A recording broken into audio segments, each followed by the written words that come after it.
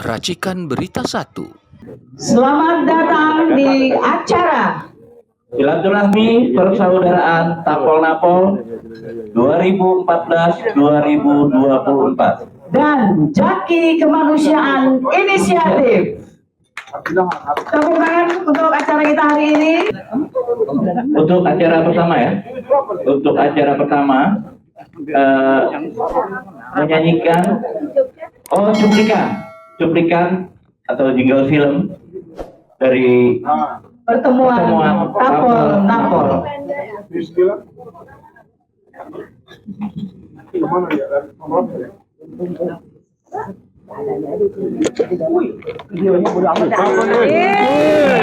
Ini yang namanya Kaneli mana? ya.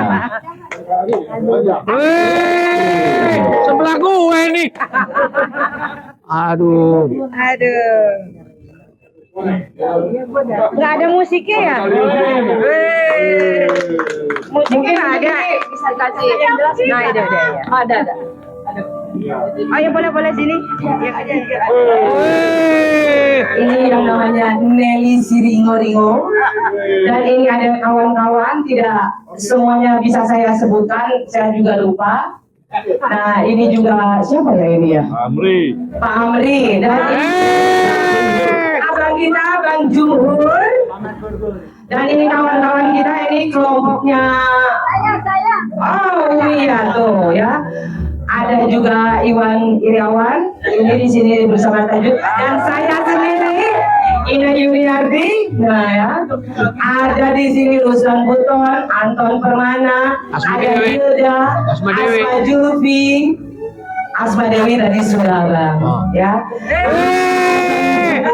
Ada Bang Jumur lagi.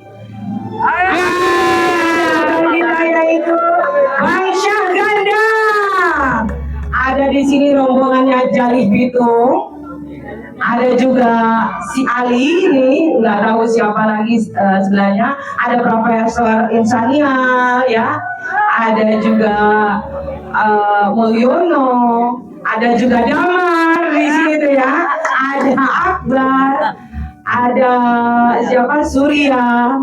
Dan juga teman-teman, dan di sana yang paling bonyok itu ya, yang paling belakang itu namanya Ferdiansyah ya, ada Kobra, ada itu semuanya di sini ada jadi satu. Dan ini adalah kawan-kawan kita yang rombongan waktu itu. Nah ini ada Andi juga dan kawan-kawan, teman-teman, ini rombongan yang waktu itu memang sangat-sangat menyedihkan di sini, yang dimana habis penangkapan ini adalah dikriminalisasikan mereka ini. Tahun berapa? Ini tahun 2019.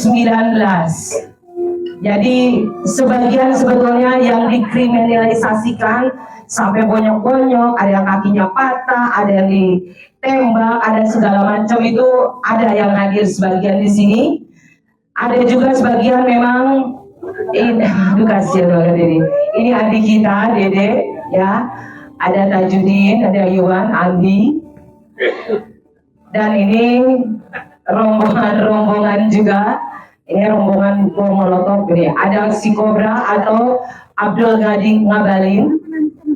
Di sini ada Profesor Mulyono, Akbar. Ada juga abang kita sekarang, yaitu Bang Ibra, Ruslan Buton, Kak Nelly, Kak Asma, dan Anton Permana. Di sini di saat penangkapan. Di sini belum terjadi apa-apa. Asma Dewi. Nah setelah inilah mereka yang mendapatkan. Ini abang kita, Roy Suryo. Terima kasih, tepuk tangannya untuk semua kawan-kawan yang ada di sini. Kami persilakan untuk ke depan sebagai pembicara kita hari ini, dan juga kepada Mas Roy Suryo. Ini ada yang mau disampaikan, ayo. Kami ulangi lagi kepada Bang Syahganda Nainggolan, Bang Jumhur Hidayat, Roy Suryo, dan Ibu Nelly Siringo-ringo. Bang Syahganda. Iya. Masuk. Pak Suryo. Iya. Kasusnya sama. Iya. Enggak. Nelly. Ringo. Iya. Satu lagi Bang Anton masih dalam perjalanan. Anton Permana. Ayo, Oh, ada main. Ayo. Kita bisa mulai dulu. Nanti Mas Anton menyusul. Kami tidak diberikan tema, artinya pembicaranya bebas. Jadi kami persilakan.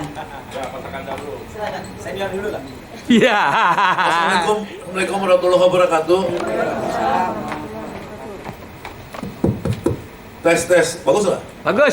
Bagus. Jadi gini ya, mohon maaf bapak-bapak, ibu-ibu sekalian. Ini harusnya settingnya nih setting bebas teman-teman di sini karena tokoh-tokoh semua yang hadir, ada Bang Habil, ada Boleh, nanti bisa. Ibu Firja, Husein, ada Hatta Taliwang, Bang Hatta, Eko, Edi Mulyadi yang ngelawan jin dia nggak berani ngelawan jin, benar. Semua benar. Benar ya. Iya, akhirnya jin semua isinya di kain tuh. Kan prostitusi malah ya kan, dan lain-lain ya. Ibu Saracen kita nih, Ibu Asma Dewi, ya, teman-teman Kobra apa semua udah pada ini ya. Ya banyak lah teman-teman sini, jadi saya nggak merasa punya hak melebihi dari teman-teman. Tapi intinya saya cuma satu aja. Intinya ini kan kita tadi Bu Firja bilang saya udah ngomong tuh sama Menteri Hukum, dia udah siap melakukan amnesti kata Bu Firja tadi. Tapi perlu ada tekanan atau lebih tepat arahan lebih besar dari Prof Dasko. Nah, pembicaraan saya dengan Prof Dasko ini kemarin sebenarnya ada ya, cuma kan ini kan Pak Dasko ini selalu bilang sama saya, kan lu jangan bocor-bocorin dong kalau kita ngomong dengan gitu ya kan. Ya gue bilang, gue bukan ngebocorin kalau soal tapol-napol, ini memang harus publik. Ini harus diketahui publik karena kita tidak mengemis pada Prabowo soal ini. Ya, seperti saya diskusi sama Bu Niyani tadi, Bu Niyani sudah mengingatkan kita ini bukan pengemis dalam konteks seperti Hasto minta dibebasin gitu. Kita bukan kasus korupsi. Ini nggak ada kasus korupsi. Kita bukan Tom Lembong, bukan Hasto. Ya, kasusnya korupsi walaupun ada mungkin politisasi dari Jokowi sehingga itu bisa jadi politik juga. Tapi kalau kita purely politik, ya kan? Ini purely politik, kita ini korban dari kekejaman Jokowi yang secara politik itu betul-betul iblis binatang. Ya, saya itu di zaman Soeharto sama Jumhur masuk penjara. Ya dulu kan dong Soeharto itu rezim otoriter. Jokowi siapa dia? Bisa tiba-tiba dia merasa hebat dari republik ini, dari gorong-gorong terus bisa menghukum saya sama Jumhur dan membuat demokrasi di Indonesia. Kenapa? Makanya ini mungkin ada bau-bau jin dari bawah tanah gitu, gorong-gorong itu keluar dari situ. Karena wajahnya udah bingung gitu, mana Jokowi asli, mana Jokowi yang palsu nih maksudnya. Makanya berubah. Nah, kita ini korban, bapak ibu-ibu sekalian, jadi korban itu korban dalam konteks demokrasi dan hak asasi manusia. Makanya saya jelaskan kepada beliau, kepada Profesor Dasko, berangkat saya dan Yudi. Ini sama di Bu Nelly, saya sebut juga kalau Bu Nelly ke Prof Dasko, ini gerakan terbuka, ini bukan gerakan tertutup. Kita tidak ngemis pada Pak Prabowo, tidak ngemis.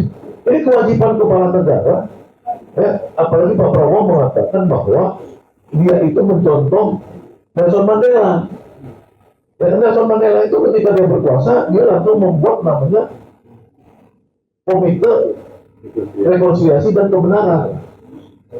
Jadi kita menuntut kepada presiden, bukan kita menuntut presiden agar beliau karena semangatnya sama kita membentuk Komite Rekonsiliasi dan Kebenaran. Ya, kita juga nggak ada masalah rekonsiliasi dengan Jokowi seperti misalkan dulu Nelson Mandela kulit hitam rekonsiliasi dengan kulit putih. Cuman rekonsiliasinya bukan kosong-kosong. Rekonsiliasi kan dengan Jokowi ya iya kasus Jokowi kekerasan demokrasinya oke, misalnya gitu kita melakukan dialog apa konsekuensinya misalkan, tapi kejahatan Jokowi ya harus diperiksa dong.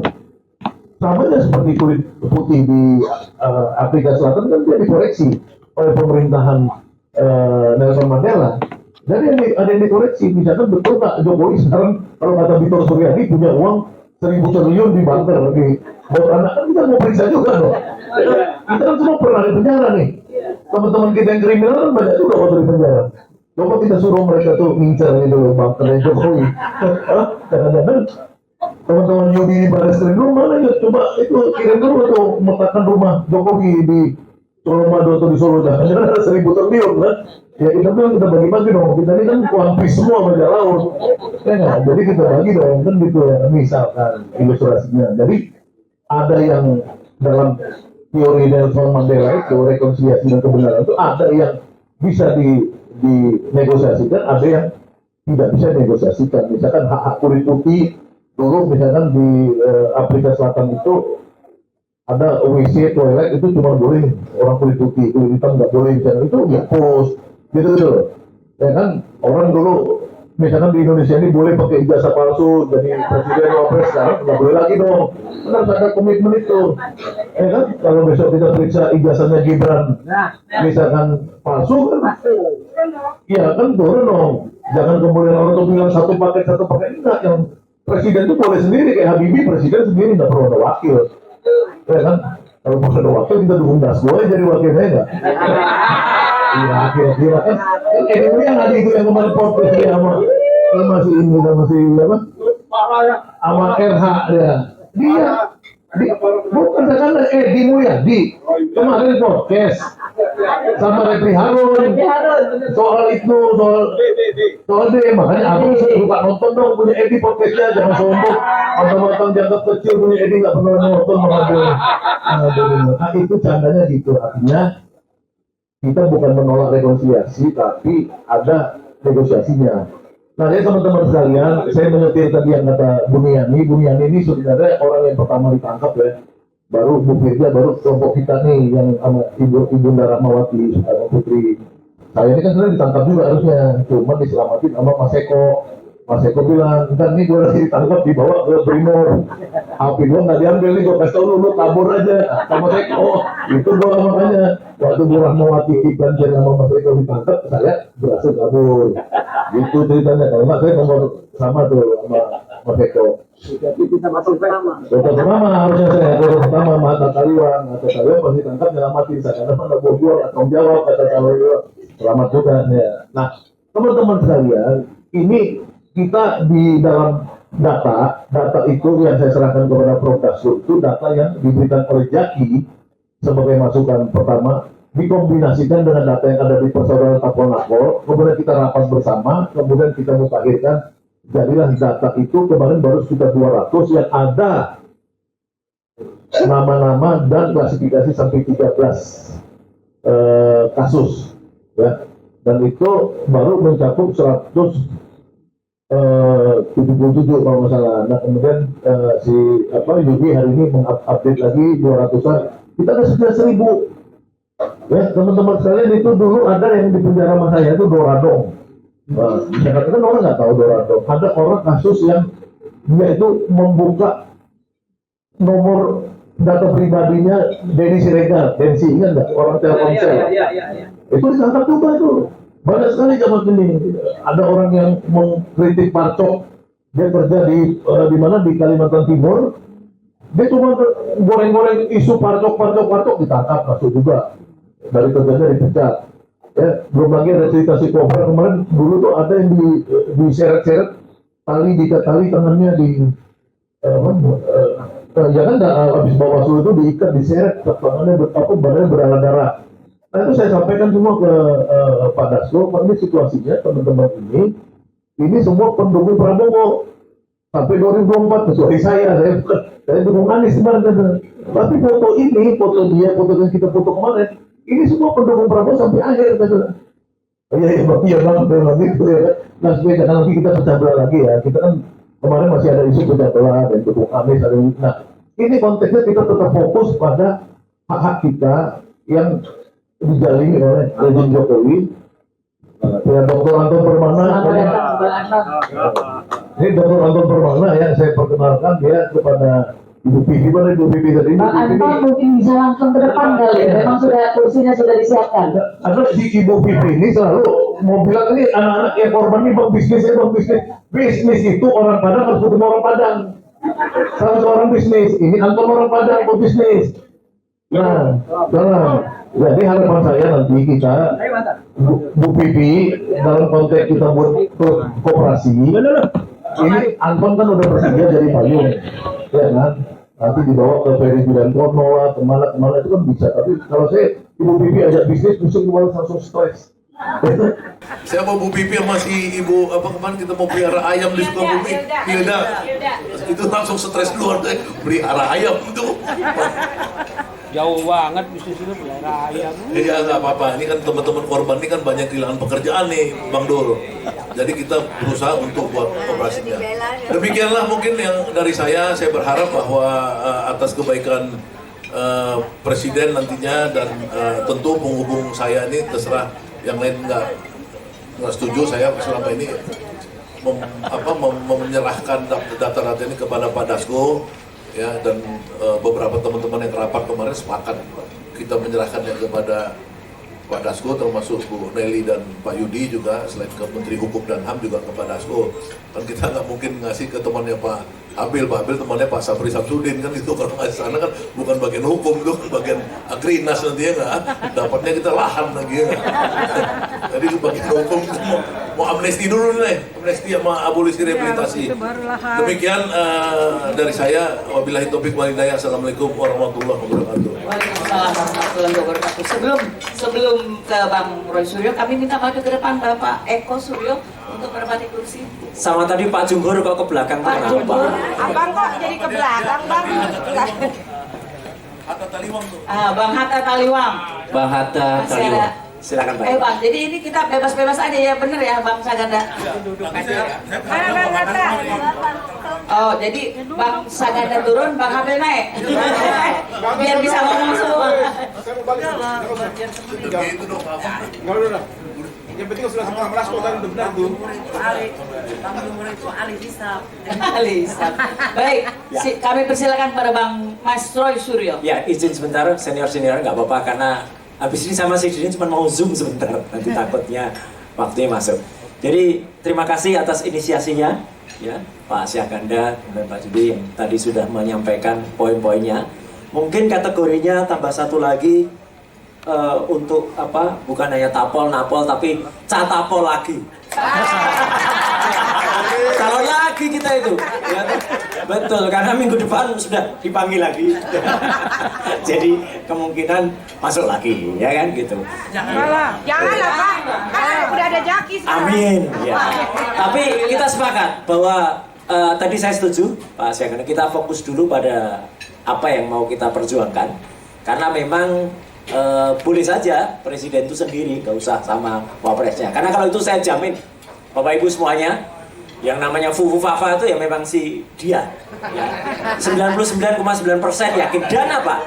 Dia itu barusan juga follow akun judi online. Sudah jadi wapres.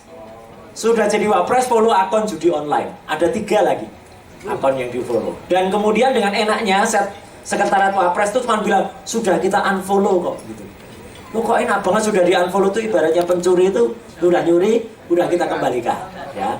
Tapi pesan barusan juga yang tadi saya terima ya dari Pak Anton, maju terus, siap. Kita tetap maju terus ya.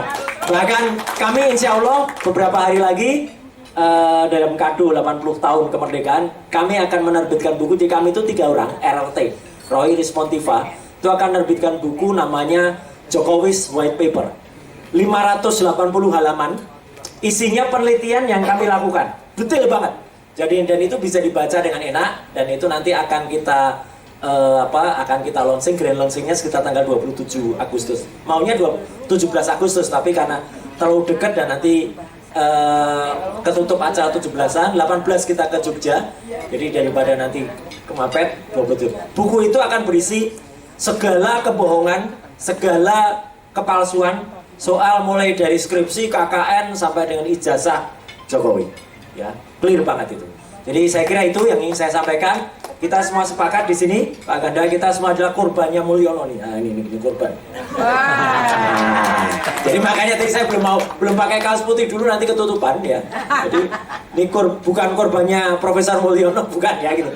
Ini Mulyono yang wajahnya sebelah. Ya, di sebelah. Jadi itu saja Bapak dan Ibu, saya sangat support ya, dan mohon izin saya ke belakang sebentar, mau zoom sebentar ya. Sekian, terima kasih. Wassalamualaikum warahmatullahi wabarakatuh.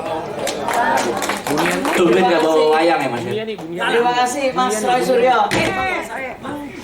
Mungkin sebagai ini Bang Firja sini Firja. tepuk tangan Tepuk untuk tangannya Ibu mana nih? Asma Dewi. Jadi ini untuk info saja bahwa kasus yang dijelaskan oleh Mas Roy Suryo ini memang masih berlanjut, Bang. Termasuk saya besok hari Selasa Dan salah dipanggil. satunya Bang, Dipanggil sebagai saksi 1 besok hari Selasa. Tanggal 19 di Polda Metro Jaya. Doain. Yang penting kita terus bersuara kebenaran untuk Indonesia. Silakan dilanjutkan. Monggo, siapa yang belum? Bang Anton Permana. Oke, terima kasih. Assalamualaikum warahmatullahi wabarakatuh. Tetap semangat semuanya ya. Saya nggak banyak-banyak Bang, izin hanya 2 hal saja saya sampaikan pada kesempatan yang berbahagia ini. Yang pertama, apapun itu kita tentu tetap mengapresiasi ya. Insya Allah sebentar semua para tapol dan napol ini akan mendapatkan amnesti, walaupun dalam tanda petik secara moral, material ya kita sudah mengalami ya. Kita sudah dipenjara, kita sudah dihinakan, kita di berbagai macam dipermalukan dalam ketika rezim itu berkuasa gitu. Tapi saya yakin secara psikologis, secara administratif ini sangat berdampak positif pada kita semua. Contohnya kemarin Bang, izin waktu saya ke Singapura, kita habis itu acara di Batam sama Bang Sanggada, saya masih dicekal itu Bang yang ketiga kali itu. Masih dicekal, tapi saat itu saya lakukan perlawanan. Ini saya dicekal yang ketiga kali. Saya akan memberikan keterangan apa sih masalahnya sudah. Di Singapura ya, di ICA, Intelligence Imigrasinya gitu. Nah akhirnya pimpinannya dari ICA itu turun, karena yang level bawah yang bisa jawab, ternyata betul, ada notice saya itu sebagai aktivis kami Bang.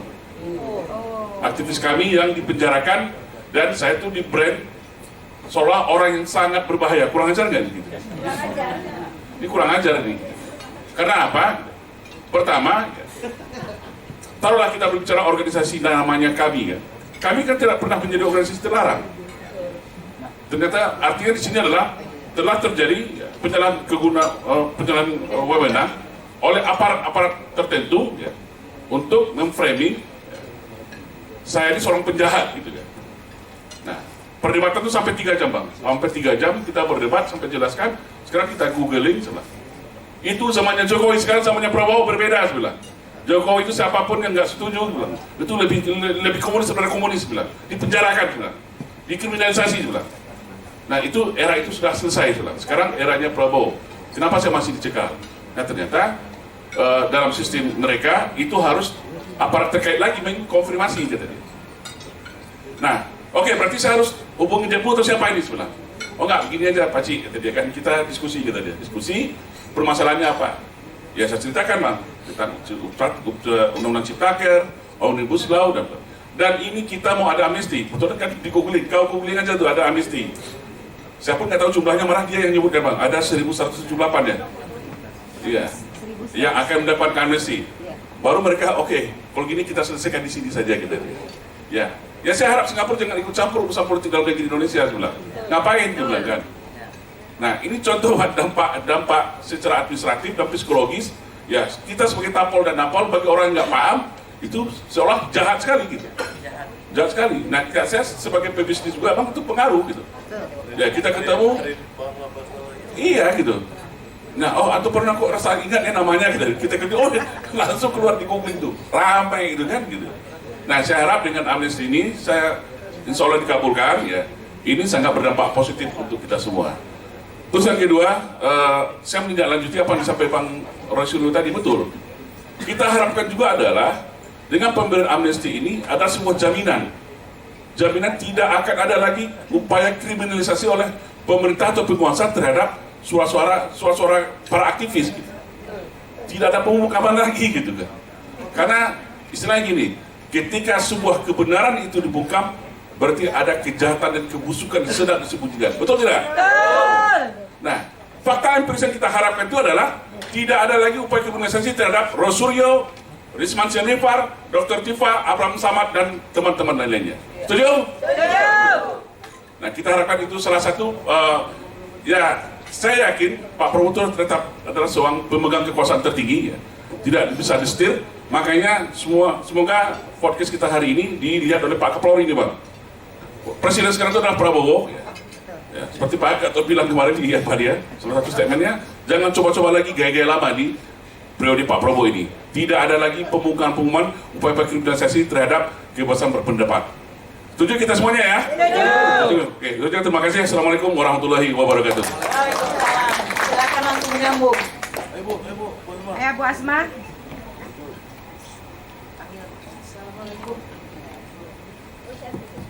Ada. Assalamualaikum warahmatullahi wabarakatuh. Waalaikumsalam. Saya meminta kepada Bapak Prabowo untuk mengabulkan permohonan kami, kewajiban Bapak untuk memberikan amnesti, rehabilitasi, dan abolisi, amnesti dan rehabilitasi. Karena kita semua adalah merupakan korban dari Jokowi yang untuk bela negara, untuk melindungi bangsa dan negara kita dari penjajahan dalam bentuk yang lain. Kita harus bebas berbicara untuk mengkritik kebijakan-kebijakan pemerintah yang menyusahkan rakyat dan menindas rakyat. Sekarang pun ada juga pejabat-pejabat Pak Prabowo yang melakukan kebijakan-kebijakan yang menyengsarakan rakyat, meresahkan rakyat, terutama mengenai kebijakan tanah, rekening, dan segala macam. Mohon Bapak segera menindaklanjuti, memberikan pencerahan kepada pejabat-pejabat Bapak yang OTBD digaji dengan pajak rakyat, yang rakyat itu gajinya adalah UMR. Sedangkan pejabat-pejabat itu gajinya adalah ratusan juta atau puluhan juta. Jadi kami memohon kepada Bapak, jangan ada lagi kebijakan-kebijakan pembantu-pembantu Bapak yang meresahkan rakyat Indonesia. Saya mohon segera niat Bapak untuk mensejahterakan seluruh rakyat Indonesia bisa dilaksanakan. Kebijakan Bapak harus pro rakyat, tidak ada lagi kriminalisasi. Kalau ada rakyat yang ingin mengkritik kebijakan-kebijakan pejabat Bapak, tidak boleh ada lagi yang masuk di dalam penjara. Saya mohon dengan sangat Bapak, saya tahu Bapak juga merasakan bagaimana rasanya difitnah, dikriminalisasi sebagai penjahat HAM, sebagai segala macam. Pasti Bapak merasakan di hati Bapak bahwa Bapak sedih, walaupun Bapak bilang menerima itu semua. Tapi tidak semua bisa menerima karena ada akibat kegiatan kriminalisasi dari Bapak Jokowi. Ada yang kehilangan pekerjaan, ada yang bercerai dari suaminya, ada yang bercerai dari istrinya, ada yang meninggal. Jadi mohon Bapak perhatikan apa yang kami katakan sekarang ini, mohon segera ditindaklanjuti. Saya bukan memerintahkan kepada Bapak, tapi mohon kebijaksanaan Bapak untuk memenuhi permohonan rakyat yang sebenarnya merupakan majikan dari pejabat-pejabat di negara ini. Jadi mohon Bapak, sekian saya cuma menyampaikan itu, jangan ada lagi kriminalisasi. Semoga semua rakyat yang ingin mengucapkan kritik atau menyampaikan pendapat harus diterima dan tidak boleh ada lagi yang masuk bui. Betul. Sekian, terima kasih. Wassalamualaikum warahmatullahi wabarakatuh. Ya, untuk selanjutnya mungkin Ibu Nelly.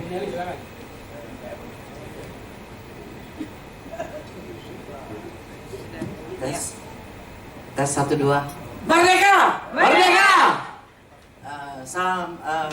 Pertama-tama saya ingin mengucapkan terima kasih kepada Bapak Ibu sekalian, saudara-saudaraku seperjuangan yang hampir di sini datang, mungkin separohnya sudah pernah masuk di dalam penjara. Ya, kita sudah pernah menikmati indahnya rasa di penjara itu. Meskipun ada yang beragam, ada yang sebentar, ada juga yang lama seperti teman kita Pak Gus Nur, saudara kita Gus Nur ya hampir berapa tahun ya, melewati 4 tahun ya. Begitu juga dengan saudara kita Bambang Tri sampai sekarang masih sampai sekarang pun masih di penjara. Jadi saya ini adalah korban yang kedua. Tetapi saya melakukan perlawanan yang pertama dengan Bapak Presiden Jokowi. Karena waktu itu tahun 2014 saya melakukan gugatan di Pengadilan Negeri Jakarta Pusat melawan Joko Widodo. Waktu itu beliau masih sebagai Gubernur DKI Jakarta. Karena pada saat itu saya termasuk tim relawan. Jadi ini saya orang yang pindah ini, orang aktivis yang bertobat. Kembali ke jalan yang benar. Jadi waktu 2014 saya gugat beliau di Pengadilan Negeri Jakarta Pusat karena pada tahun 2012 saya adalah relawan yang mungkin cukup militan. Kalau ditanya orang PDI pasti tahu saya.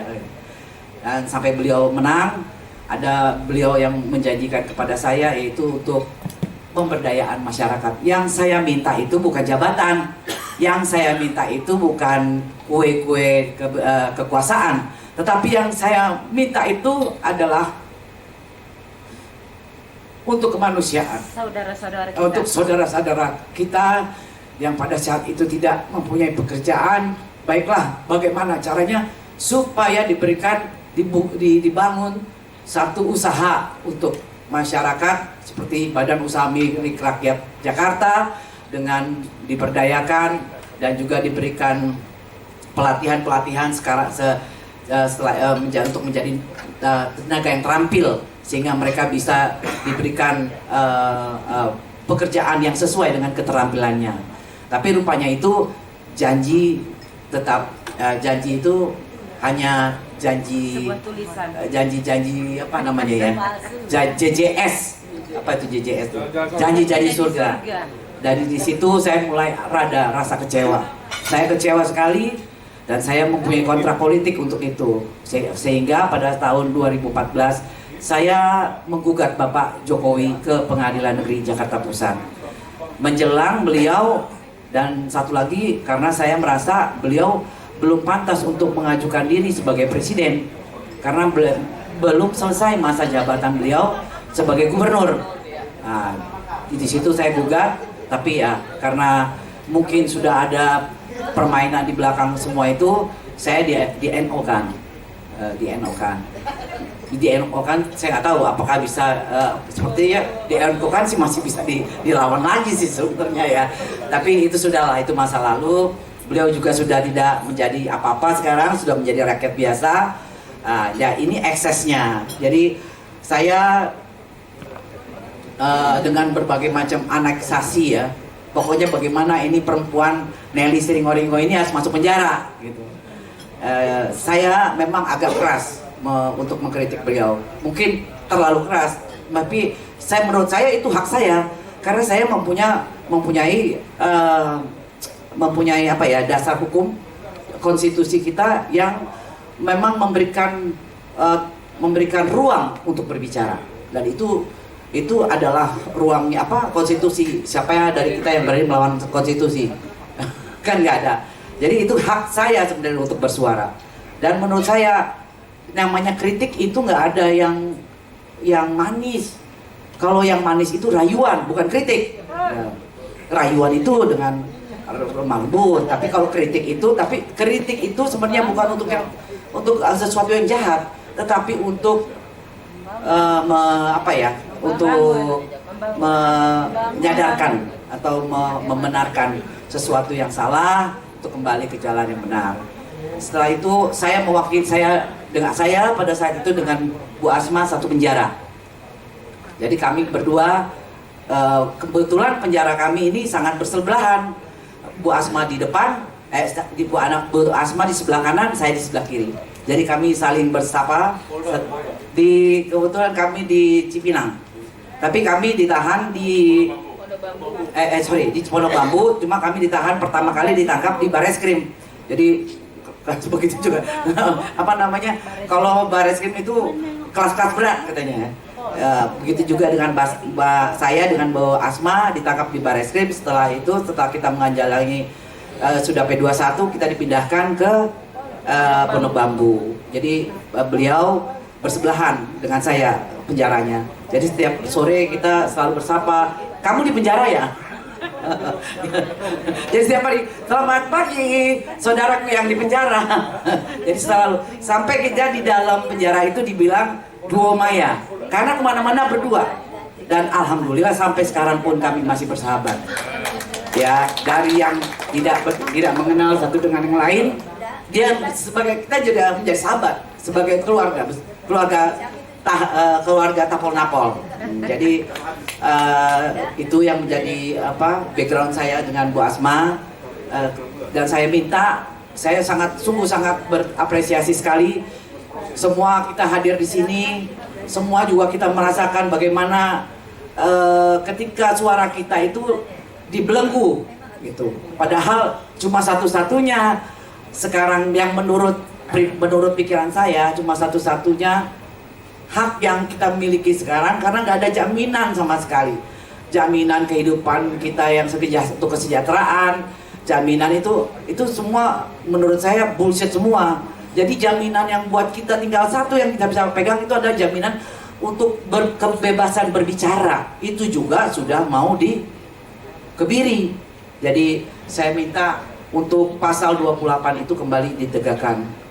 Kita itu, dan sebenarnya kami ini seorang ibu-ibu, emak-emak yang memikirkan nasib anak cucu kita ke depan. Bukannya berarti kita mau, kalau dibilang apakah kita cinta negara, apakah kita benci sama pemerintah, tidak sama sekali. Justru kita ini saking cintanya, bayangin seharusnya kita mengurus suami, mengurus anak, ini ngurusin negara. Karena apa? Ya karena kami terpanggil untuk bicara seperti itu.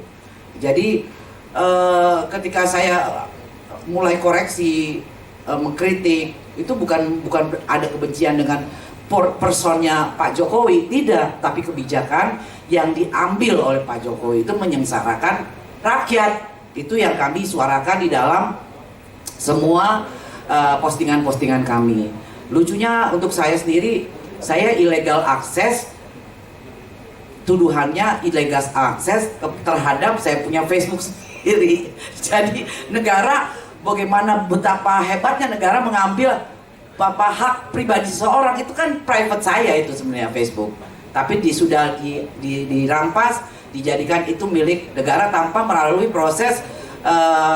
Sedangkan orang aja kalau itu kan ada proses tuh, mau ngambil barang sitaan. Ini kan enggak, langsung diambil dimiliki negara. Itu proses seperti apa? Saya belum tahu tuh hukumnya seperti apa. Itu hak yang pribadi ya. Maksudnya hak berbicara kita Facebook itu, Instagram. Kecuali kalau yang mematikan itu mungkin perusahaan Facebook sendiri nggak ada masalah. Tapi kalau sudah negara, waduh, itu udah nggak ngerti deh bagaimana. Kecuali kalau Facebooknya sendiri mematikan, saya masih wajar. Oh, ini karena Facebook yang memiliki Facebook, ya Instagram yang memiliki Instagram. Tapi kalau negara mengambil kita punya akun sendiri, nah itu belum masuk akal saya. Mungkin orang-orang yang ahli hukum bisa memberikan penjelasan kepada kita ini. Karena pada saat itu tidak ada proses untuk pengambilan penyitaan itu dengan proses pengadilan. Jadi langsung saja diambil bahwa itu. Nah, ketika saya membuka itu saya dianggap illegal akses terhadap Facebook saya sendiri. Nah, itu yang membuat saya agak lucu menurut saya. Tapi ya itulah namanya, karena begitu kekuasaan diganggu, ya akan terjadilah hal-hal yang tidak mengenakan kepada kita. Tapi kita nggak berhenti di situ saja. Jadi saya bersyukur juga termasuk salah satu Tapol-Napol di sini. Teman saya banyak jadinya sekarang. Luar biasa. Dari Sabang sampai Merauke, dari Pulau Miangas sampai Pulau Rote, semua jadi teman saya. Nah, tetapi kan di sini kita bersyukur. Saya adalah pendukung Pak Prabowo dari 2014. Saya sudah mendukung beliau dan alhamdulillah, puji Tuhan, dia sudah, Bapak kita sudah menjadi presiden. Dan saya mohon kepada Bapak Presiden, kami sangat militan kepada Bapak. Kami benar sungguh-sungguh sangat militan. Dan tidak pernah kami mau meminta sesuatu jabatan apapun, tidak. Karena kami perempuan, kami ibu, seorang istri. Kalau saya mendukung Pak Presiden itu karena saya, Presiden Prabowo itu karena saya bisa menilai, kami ini kan bukan orang bodoh, kami bisa menilai kemampuan beliau. Dan kita semua mengerti lah. Kalau dibandingkan ya yang lain ya, saya bukan Mama Indonesia mendukung Prabowo Subianto. Jadi bukan kita bisa menilai kemampuan Pak Prabowo seperti apa, diplomasinya seperti apa, sangat mumpuni sebagai seorang pemimpin Republik Indonesia. Dan saya minta kepada Bapak Presiden Prabowo dan khususnya mungkin karena beliau sangat sibuk, tapi bisa ada masukan juga dengan dari Bang Profesor Dasko, Bang Dasko yang sering saya panggil Bang Dasko sih. Saya juga sudah menghubungi beliau, Bang. Jangan lupa kami, Bang. Kami adalah orang-orang yang sangat setia dan militan. Sampai kami mau berlelah-lelah, bercapek-capek, sampai kami juga masuk di penjara, dipenjarakan. Yang seumur hidup saya nggak pernah terpikirkan, pernah terbesit atau pernah mimpi saya masuk penjara, nggak pernah sama sekali. Tetapi bukan itu berarti saya jadi kecil hati, tidak. Justru ini membuat saya tambah semangat gitu loh. Dan begitu juga saya juga udah bicara pada saat itu dengan Bang Dasko, Bang, tolong Bang, ini teman-teman semua kami meminta, bukan memohon karena tidak. Saya tahu Pak Prabowo itu punya kebijakan sendiri dan tidak bisa diganggu. Dia punya hati yang luar biasa baik. Jadi melihat ketika orang itu biar meskipun tidak mendukung dia sama sekali, tetapi ketika orang itu benar pasti akan ditolong dan akan dibenarkan. Apalagi kita yang sebagai pendukung militannya ini. Saya percaya Pak Prabowo pasti memberikan amnesti rehabilitasi, abolisi kepada kita. Itu yakin. Seorang yang berseberangan saja, kalau boleh dibilang seperti Pak Hasto, dan begitu juga dengan Pak Tom Lembong, itu kan udah bersebelahan kan, rival, tapi diberikan juga karena belas kasihnya Pak Prabowo sebenarnya. Dan itu hak prerogatif Presiden. Tidak ada yang bisa memaksa, tidak boleh, tidak bisa. Itu hak dia sesuai dengan konstitusi. Tidak hidup untuk Jokowi. Jadi saya juga ada bincang-bincang sama Bang Dasko. Apa yang Bang Dasko katakan sama apa yang Bang Dasko katakan kepada saya masih ingat sampai sekarang. Kak, saya abangmu ini merah putih, Nel. Jadi kita berikan tepuk tangan. Itu adalah satu siloka. Siloka maksudnya itu adalah satu sign buat saya bahwa Bang Dasko mendukung acara ini dan mendukung perjuangan kita. Nah, sekian dari saya. Terima kasih untuk teman-teman semua yang sudah hadir. Sekali lagi saya mengucapkan banyak terima kasih dan terus kita semangat. Jangan pernah harus tetap bersuara. Jangan pernah diam. Kalau sesuatu yang tidak anggap kita tidak benar, tetap kita berbicara. Terima kasih. Assalamualaikum warahmatullahi wabarakatuh. Waalaikumsalam warahmatullahi wabarakatuh.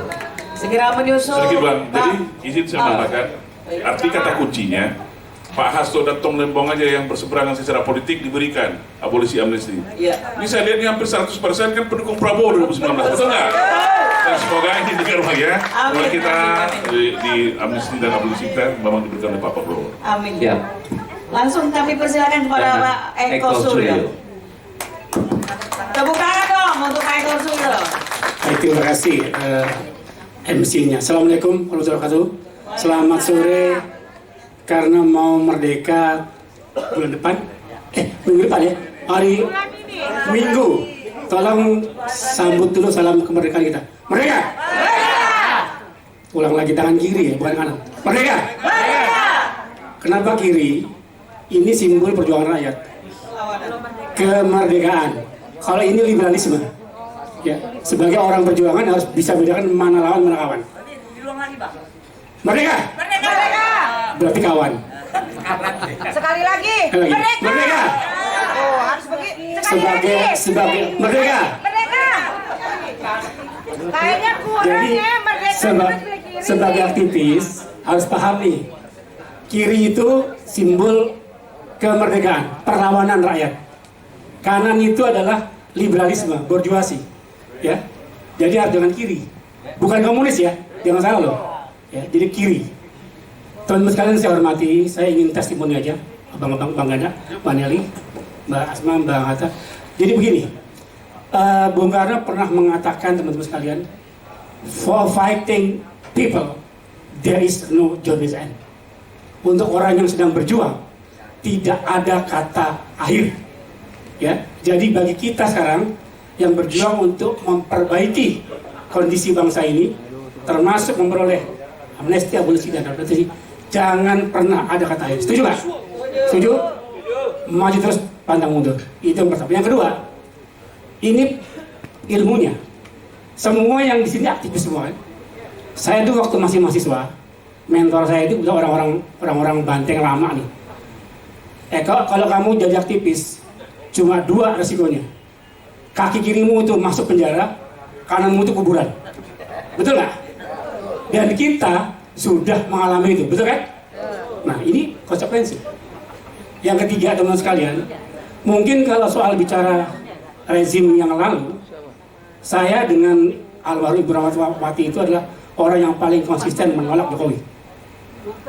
2015 kami sudah bikin yang namanya gerakan Aliansi Tarik Mandat. Itu Mbak Inga tuh tiap minggu tuh, tiap Jumat ikut demo itu. Betul nggak Mbak ya? Di Istana Merdeka, di DPR.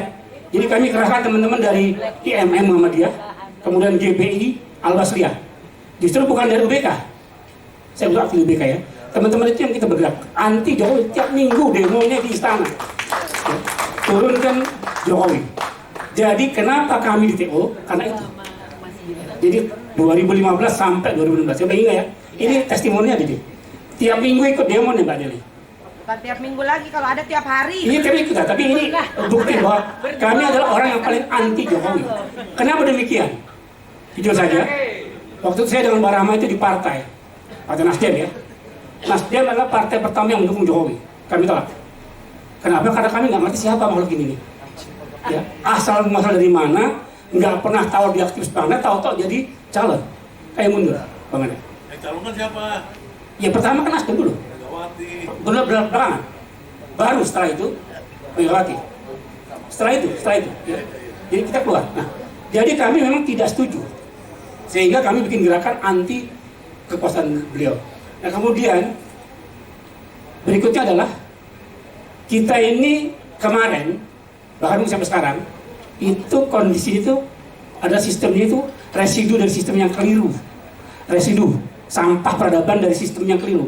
Kenapa? Bang Hatta ini pejuang kembali UUD 45. Ya, jadi karena kita punya undang-undang itu dirubah, maka seperti begini, liberal banget gitu loh. Nah Jokowi itu produk itu, sehingga awalnya kami ingin merubah konstitusi itu kembali dulu deh. Nah kemudian saya dengan Bang Ganda dan Bang Hatta dan teman-teman bikin yang namanya GSNI, Gerakan Selamatkan Indonesia. Itu 2016. Ini yang kemudian kita bikin kegiatan di UBK yang dianggap makar. Betul? Jadi beliau-beliau ini adalah tokoh-tokoh kunci nih. Tokoh makar pertama kali. Dan harusnya itu Polri berterima kasih. Karena dengan adanya itu maka dia bikin namanya apa nih? Direktorat Kamnek itu dibentuk karena adanya kekuatan kita ini. Kalau kita nggak dibilang makar, nggak ada Kamnek. Gitu. Jadi mereka juga terima kasih kita harus, ya kan? Jadi ini adalah situasi pertama yang mendasari kenapa kami dibikin makar. Kenapa demikian? Karena kita sudah pada perubahan. Perubahan itu nggak bisa terjadi kalau tidak ada kekuatan tiga unsur yang bersamaan. Pertama, unsur yang mewakili kaum nasionalis. Oke? Itu simbolnya waktu itu Ibu Rahmawati. Kedua, kaum Islam, KRS, berbeda ya. Ini mau. Yang ketiga, militer. Dulu ada Pakistan segala macam. Jadi Bang Anton, konsep ini adalah konsep kami. Kita tidak bisa berubah kalau tidak ada kekuatan yang tiga ini. Ya, kalau tiga ini bercerai-berai, selesai. Ini juga yang berarti kenapa kami lahir. Betul? Karena waktu kami lahir itu pun juga kita bicara dengan beliau-beliau ini, di rumah Ibu Rahmawati. Unsur nasionalis, unsur agamis Islam, dan harus ada militernya. Ya. Nah waktu itu kita bikin desain, Ibu Rahma sebagai nasionalis, Habib Rizik sebagai Islam, dan Pak Jenderal itu masuk Pak Kiflan CS itu militernya. Ini adalah desain yang sebetulnya waktu itu sudah kita jalankan, dan ini berlanjut pada kami sebetulnya. Ya Bang Anton ya. Kami mewakili itu juga loh. Ada NU-nya, ada Muhammadiyahnya kan? Lengkap kan? Nah itu sebenarnya. Ini adalah desain. Nah kemudian itulah kenapa kemudian mereka takut sekali. Ya takut sekali. Wah kalau kekuatan ini bersatu, apalagi momentumnya 212, ya kan? Wah bisa revolusi nih, dudukin MPR. Betul nggak Bang Anton? Memang kami waktu itu sudah menyiapkan 10.000 orang untuk ke MPR. Waktu itu sebetulnya. Yang datang saja Bang Hatta nih, pengetahuannya. Ya, 212. Ini yang bikin mereka jadi ngeri. Wah ini teman-teman udah bikin makar ini, ya kan? Itu sebetulnya yang mendasari kenapa kami dituduh pelaku makar. Jilid pertama. Jilid kedua itu teman-teman yang dengan Arsyad, dengan Arsyad, Sarumpait dan siapa namanya itu ada Katat. Ya itu juga ada UBK juga lokusnya. Jadi memang UBK itu sebagai lokus tempat terjadi makar 1 dan 2, Bang Anton. Ya, ini dasarnya pertama kali, baru kemudian yang lain. Nah, kesimpulannya apa? Kesimpulannya adalah bahwa sekarang situasi sudah berubah. Ya, kami 2014 saya dengan Mbak Rahma itu di Gerindra. Saya di PP Gerindra sampai 2021. Ya Mbak Asma ya. Saya sempat ketua bidang ideologi, sempat aku sekjen. Ya. Dan kita lihat Gerindra itu manifestonya adalah kembali ke UUD 45. Oke. Pak Prabowo berkali-kali setiap datang ke UBK bilang Mbak Rahma, saya ini Bung Karno. Saya ini Soekarno. 2 kali datang ya di UBK, di kampus upacara 17 sampai media itu mendikotomikan waktu itu ya. Istana itu Megawati Jokowi, UBK itu Prabowo Rahmawati. Bayangin tuh. Sampai seperti itu. Ya 2 kali tuh dikotomi dibuat oleh media massa. Istana itu adalah Jokowi Megawati, UBK itu Prabowo dengan Rahmawati. Jadi saya pikir teman-teman nggak usah berkecil hati. Semua yang depan ini adalah teman-teman yang komited untuk berdoa di semua. Jadi itu aja mungkin Bang yang saya terima kasih atas testimoni saja. Mudah-mudahan kita satu hati, jangan ada dusta di antara kita. Kita semua semata-mata untuk kebaikan bersama. Setuju? Setuju. Baik, terima kasih banyak. Assalamualaikum warahmatullahi wabarakatuh. Merdeka. Merdeka. Lanjut Bang Hatta Taliwang.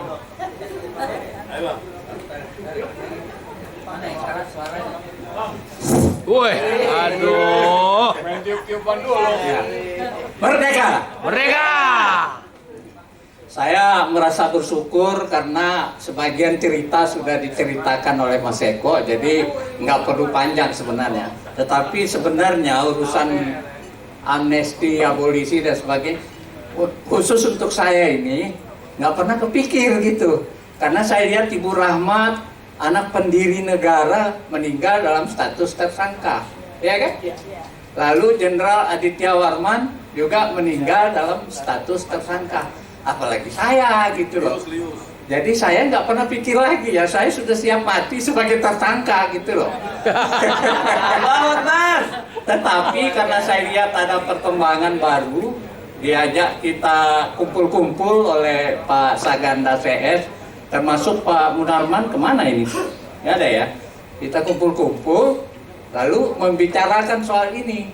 Maka saya jadi ikut semangat lah gitu ya, tetap semangat. Karena sebenarnya jadi tersangka itu udah 2 kali saya kan. Waktu sama dengan Pak Saganda ini di era Orde Baru juga dulu. Kami ditangkap rame-rame, ketua-ketua Dewan Mahasiswa waktu itu, jadi tahun 78 itu. Jadi saya di Kodam 5 Jaya dulu disekap. Jadi itulah ya, sudah cukup banyak pengalaman soal-soal penangkapan ini. Nah, yang terakhir itu saya udah pikir mungkin saya akan meninggal sebagai tersangka sudah ini. Alhamdulillah, mudah-mudahan dengan adanya proses yang sedang berlangsung ini kita bisa direhabilitasi lah, biar anak cucu nggak heran-heran nanti dia nggak bisa bedakan mana kriminal, mana politik. Pokoknya pernah dipenjara kan. Itu. Lalu yang kedua yang jadi pikiran saya terutama menyangkut Pak Roy CS itu ya, itu kalau sampai harus jadi tersangka atau terdakwa lagi, ini benar-benar rusak negara ini. Iya kan? Karena contoh dua yaitu siapa yang terdahulu, Bambang Tri sama Gus Nur. Itu kan sesuatu yang nggak jelas, dasar mereka harus dipenjara sekian lama kan. Artinya lewat kriminalisasi dan sebagainya. Masa harus ada lagi? Di tengah Jokowi sudah tidak menjadi presiden gitu. Kan ini benar-benar aneh. Sehingga saya pikir jangan-jangan ini semacam menegatifkan pemerintahan Prabowo ya, dengan cara mereka ditangkap dan sebagainya. Jadi kalau bisa nanti kita berjuang bersama nanti kalau mereka sampai harus ditahan dan sebagainya, kita harus turun. Bantu ya Bang, bantu. Kita bantu semua.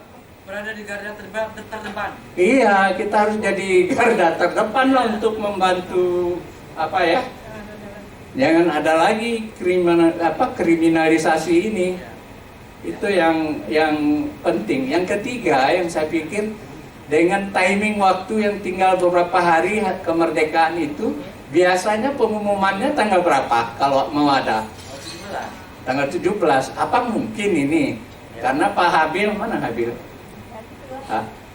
Pak Habil keluar. Pak Habil tuh nggak tahu kalau dengar nama Pak Dasmo kenapa dia jadi kayak BT gitu. Sorry ya. Jadi kalau saya nggak tahu secara teknis hukum kan prosesnya kan pasti lewat ceknek, lewat Kemkumham dan sebagainya gitu. Apa benar ada waktu cukup untuk bisa dilakukan keputusan seperti itu? Itu aja pertanyaan saya. Bentar, ya, baru bisa saya tanggapi. Waktu itu kita sudah bersurat pada tanggal 24 Februari melalui semua lembaga, baik dari lembaga kepresidenan, Kementerian Hukum, dan begitu juga dengan Komisi Komnas HAM, baik juga kepolisian, kejaksaan, semua sudah kami surati pada saat itu. Jadi ini proses bukan hanya langsung serta-merta simsalabim terjadi, tapi sudah melalui proses yang lama sebenarnya.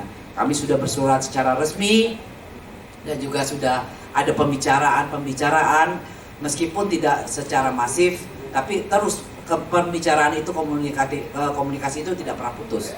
Jadi sampailah kemarin ada signal sebenarnya, signal yang memberikan memberikan rasa emosional yang emosional yang kuat, khususnya kepada saya karena Profesor Dasko sendiri yang saya merah putih. Berarti ya menurut saya itu adalah sebagai signal bahwa apa yang kita aspirasi, apa yang kita kita pertanyakan kepada beliau itu mendapatkan respon yang baik dari negara. Oke, ya memang kalau ini bisa terjadi, artinya abolisi rehabilitasi ini di tanggal 17 Agustus itu sebuah kredit poin politik besar bagi pemerintahan ini. Jadi yang untung besar itu justru pemerintahan sebenarnya. Itu secara politik ya. Karena di mana-mana setelah terjadi perubahan rejim biasanya orang tahanan politik dan sebagainya itu dilepaskan, direhabilitasi dan sebagainya, seperti era Pak Habibie dulu kan. Prioritas pertama itu malah setelah pergantian rejim. Nah itu yang kita harapkan, ini kredit poin bagus karena itu bisa menutup kontroversi soal kemarin itu abolisi dan sebagainya, karena itu terkait dengan isu korupsi yang bisa pro kontra kan. Jadi kalau yang ini menutup itu, jadi mudah-mudahan Pak Prabowo menangkap apa yang tersirat ini dari persoalan yang kita bicarakan pada hari ini. Semoga Pak Prabowo bisa tersentuh lah ya. Saya tahu beliau orang yang baik hati ya kan. Dari sekian pengalaman kita berinteraksi dan sebagainya, Kami menangkap batinnya itu batin yang baik gitu, bahwa implementasi dan sebagainya itu urusan lain lagi di manajemen, di administrasi dan sebagainya. Tapi prinsipnya beliau orang baik, insya Allah kita akan dikabulkan ya kalau saya pikir. Kalau tidak dikabulkan justru aneh, berarti ada sesuatu yang tidak menginginkan proses ini. Saya kira itu. Terima kasih. Wassalamualaikum warahmatullahi wabarakatuh. Terima kasih Bang Hatta. Waalaikumsalam warahmatullahi wabarakatuh. Kami buka sesi tanya jawab kepada para tamu yang sebelum tanya jawab, bagaimana itu ada mic Bang? Di situ. Naik aja Yud. Naik aja. Naik aja. Ya, saya mau menyampaikan bahwa kita tidak berhenti di sini.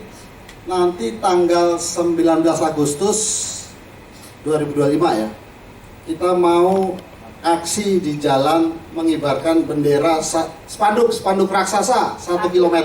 Ya. Lokasi datang ya? Bang? Lokasinya di depan Bawaslu. Di depan Bawaslu. Banyak orang kematian waktu di tragedi Bawaslu.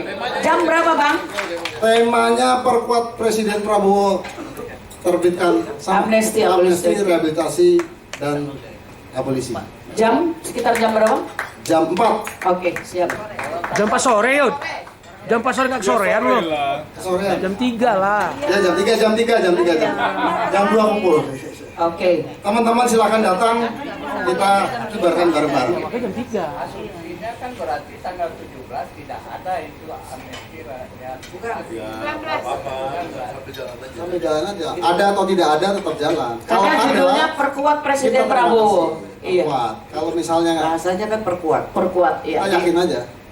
Kan ini yang kalau dengar-dengar ini kan ada 1160-an. Yud. Ini baru plot. Jadi kan bertahap.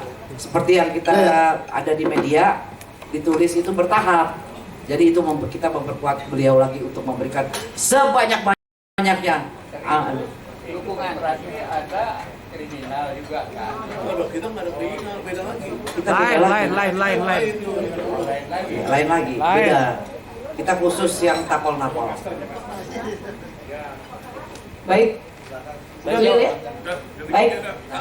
Tetap di tempat Bang, karena ini sesi tanya jawab. Saya dikit ya, teman-teman, ini dikit ya. Pada akhir Oktober tanggal 29 tahun ini ya sampai tanggal 2 saya itu jadi co-organizer dari Ubud Writers and Readers Festival, International Festival. Kekurangan dong. Nah, itu ribuan turis dan penulis-penulis internasional, 100 penulis terkenal internasional akan ada di sana.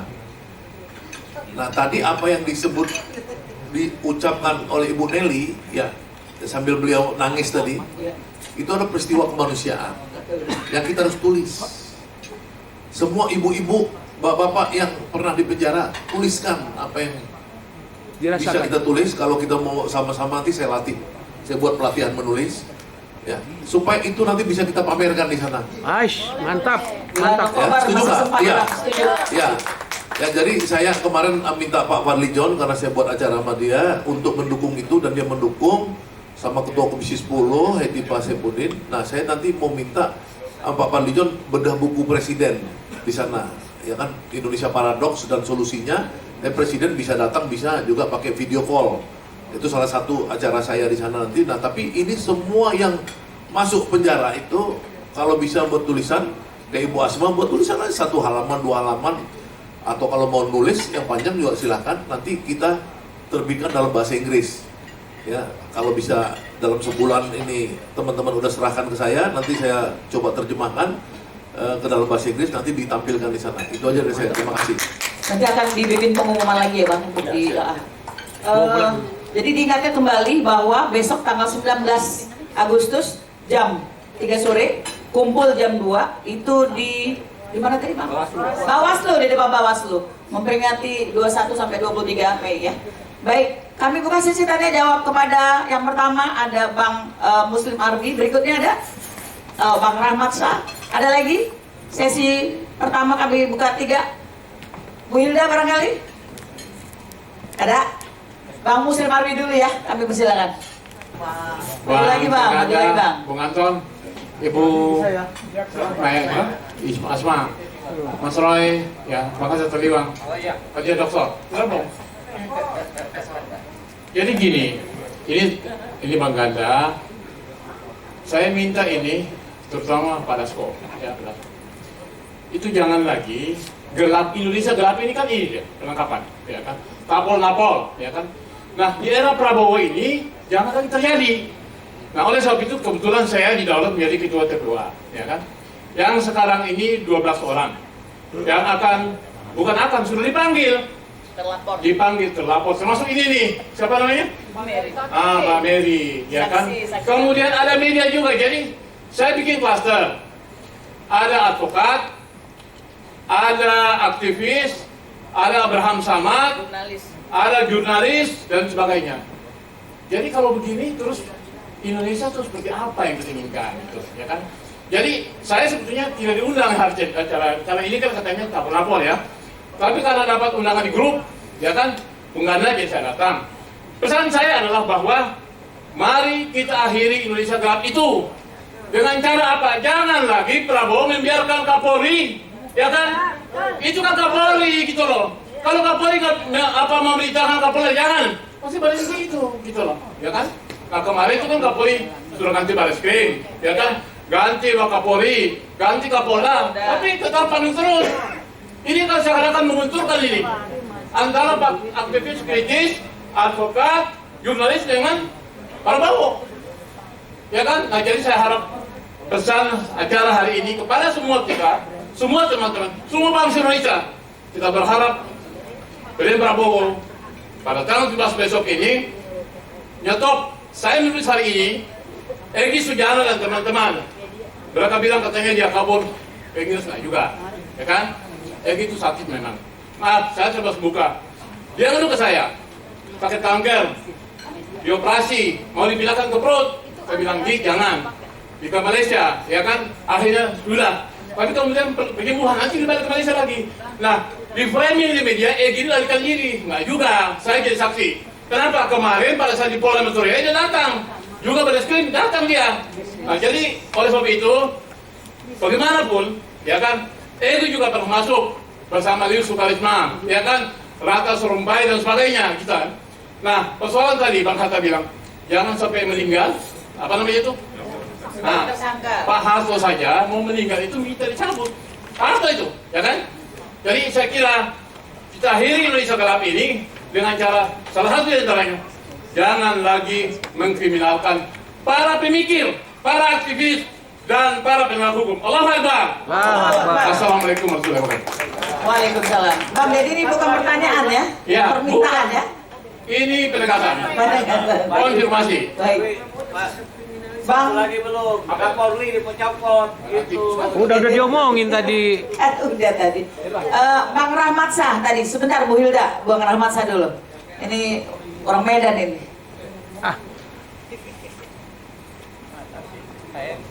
Ada cepat tadi itu. Assalamualaikum warahmatullahi wabarakatuh. Merdeka. Izin para senior, saya Rahmat Shah Sitompul dari Medan, tapi domisili Jakarta. Apresiasi luar biasa kepada inisiasi Jaki.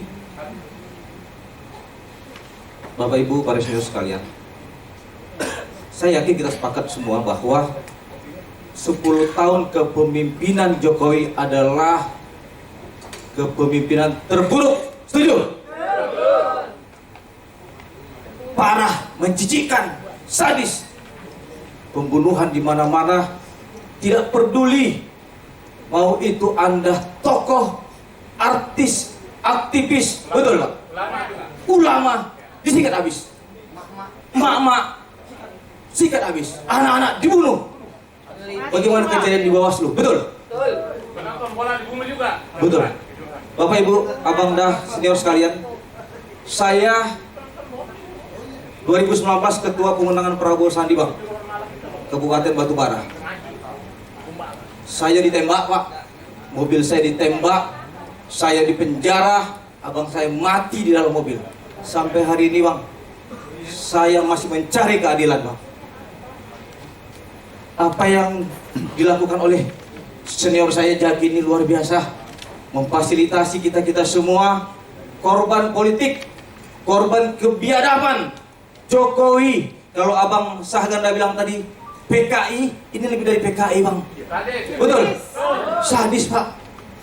Sadis. Para senior sekalian, saya yakin tidak ada perjuangan yang mengkhianati hasil. Betul? Tidak ada kebersamaan yang sia-sia. Abang dan senior kakakku sekalian, dalam kesempatan ini saya pikir tidak cukup hanya amnesti, abolisi, rehabilitasi, tidak cukup. Saya yakin, jangan lupakan Pak, Kak, masih ada ratusan bahkan ribuan yang berani menyuarakan Prabowo 2014, 2019. Betul? Mereka mungkin takut. Mereka sampai hari ini tidak terdata, Kak. Seperti saya, kasus saya masih menuntut keadilan sampai.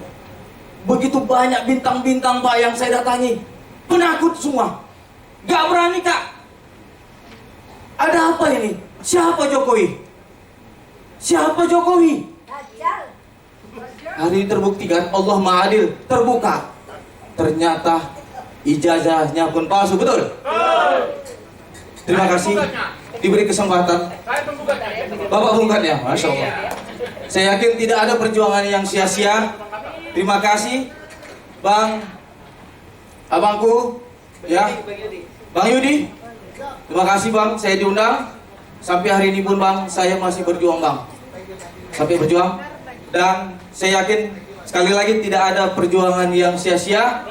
Bantu kami Kak yang mencari keadilan abangku sekalian yang belum tuntas korban kebiadaban Jokowi. Ada ratusan keribuan di luar sana. Mungkin itu saja. Terima kasih. Billahi taufiq wal hidayah. Assalamualaikum warahmatullahi wabarakatuh. Waalaikumsalam warahmatullahi wabarakatuh. Disambung Ibu Hilda Basalam. Siapa nama Bapak?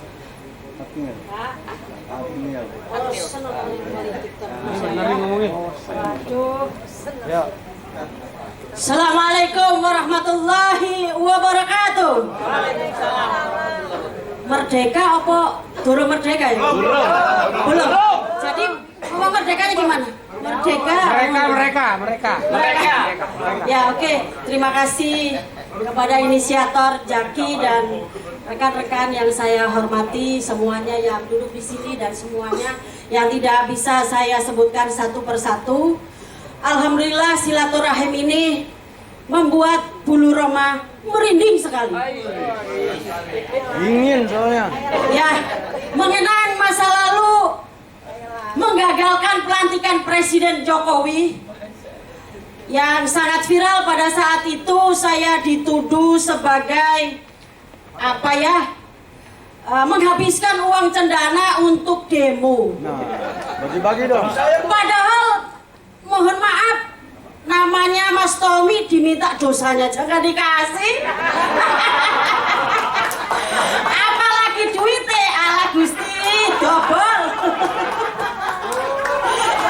Ya memang begini, kalau terlalu tegang nggak enak. Memang saya bagian dari pelawak kadang-kadang. Ya. Jadi mengingat teman-teman semua seperjuangan ini yang suka duka di dalam penjara, alhamdulillah dengan adanya Jaki dan teman-teman kita bisa silaturahim. Dan insya Allah kita jangan sekarang aja silaturahim, gak seru. Silaturahim lagi, mbok duitnya itu di aku karo. Terserah lah, ya kan? Dan ini saya juga nyeleneh menindaklanjutin kemarin itu. Saya nggak sempat datang acaranya Bang Saganda sama itu. Padahal saya itu senang banget urusan event organizer. Senang sekali. Dulu saya pernah punya pengalaman, boleh ya cerita sedikit ya? Enggak. Di event organizer zamannya Pak Bang Yos, saya pernah ke luar negeri beberapa ini dengan judul Kolaborasi Seni Budaya Indonesia sebagai Duta Wisata ke Mancanegara. Alhamdulillah sekarang ada link dari New Zealand. Justru saya bahas ini, saya mau minta tolong sama jenengan semua ini. Masalah event organizer, Kemendagri dari New Zealand akan datang ke Bali. Jadi saya pengen dibantu bagaimana tindak lanjutnya kepada bapak-bapak ini ya, yang kemarin acara event organizer dengan Bapak Fadlizon. Rencana saya mau akan ke sana, mohon dibantu. Nah itu intinya ibu-ibu, bapak-bapak, saya ingin dalam. Lah iya Pak Saganda kan kemarin sama itu, yang kemarin acara event itu. Lo ojo manggut-manggut, serius iki. Iki serius teman-teman saya. Iya. Ini ya ceritanya. Dapat telepon langsung ini dari New Zealand. Mari mendukung Bali International Business Connect ajang promosi produk Indonesia ke panggung internasional.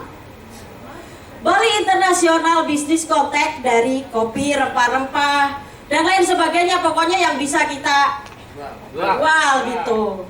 Nah untuk selanjutnya lebih dalamnya nanti kita 4 mata 8 6 mata kita ngobrol ya. Yang lainnya ya masa cerita politik terus ya bosen ya. Bukan gak senang politik ya, senang, tapi minimal ya kita mau cari fulus lah. Bareng-bareng gitu loh. Masa teman kita ada di sana jadi duduk di DPR sana sini, masa kita nggak dapat apa-apa? Kecut. Nah ya kan, minimal ya kita gimana? Dasko, aku mau ke New Zealand. Bagaimana, ada lagi yang mau dijual Mas Dasko? Urusannya kamu ngapain sih? Orang saya disuruh Bang Saganda apa Bang Anton? Itu yang jual pulau aja ya Bun? Lo enggak lah, berarti betul begitu saya. Sepertinya begitu aja, saya ingin kembali lagi bagaimana mengembangkan event budaya dan pariwisata ke luar negeri. Dengan apa yang bisa kita garap, karena Indonesia ini sangat indah dan sangat bisa dijual. Bisa handicraftnya, tariannya, segala macam itu kan banyak sekali ya.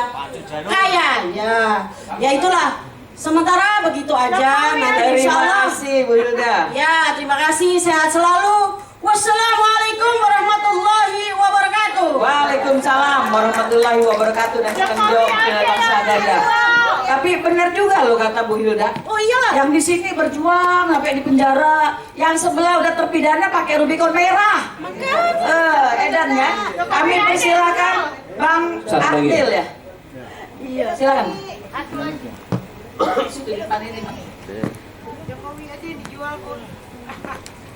Assalamualaikum warahmatullahi wabarakatuh.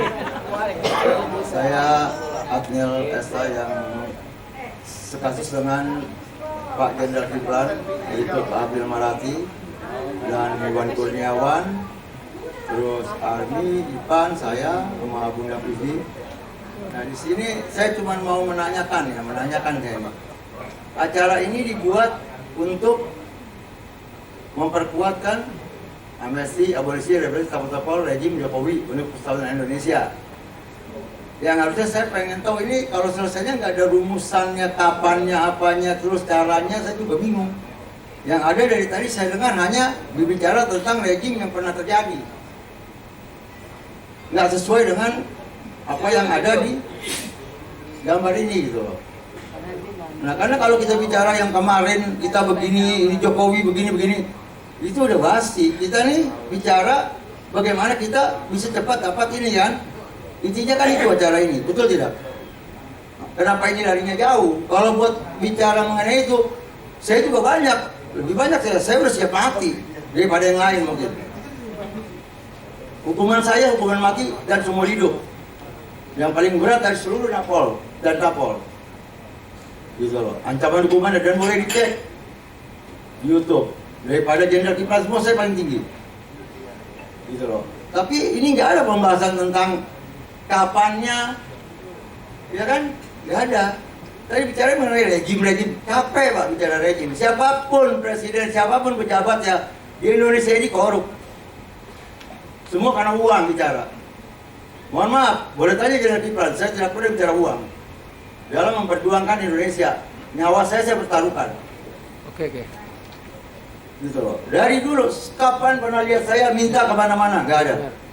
Jualan kemana-mana nggak ada. Uang pribadi saya sendiri. angkat senjata saya sendiri. Nggak ada saya minta sama siapa. Nah di sini tadi saya dengar bahasanya cuman ini itu bahasa. Aduh, capek deh Bu. Berarti sama aja kita mau minta sesuatu pada negara ini. Nggak usah, cobalah sekali-sekali kita berhati patriot gitu. Nah ini kita bahas kapan dapatnya, kasihan yang di bawah-bawah yang pada susah, yang belum dapat, dan kita pikirkan diri sendiri. Itu maksud saya. Maaf nih kalau saya ngomong agak keras, karena saya nggak biasa dengan yang halus-halus. Saya anak Priok, biasa dengan bicara keras gitu loh. Jadi itu maaf sebelumnya para senior-senior nih kalau saya berbahasa seperti ini. Jadi dari tadi saya dengar tidak ada pembahasan tentang ini. Kapan ini dilakukan? Ya kan, sampai di mana? Nggak ada.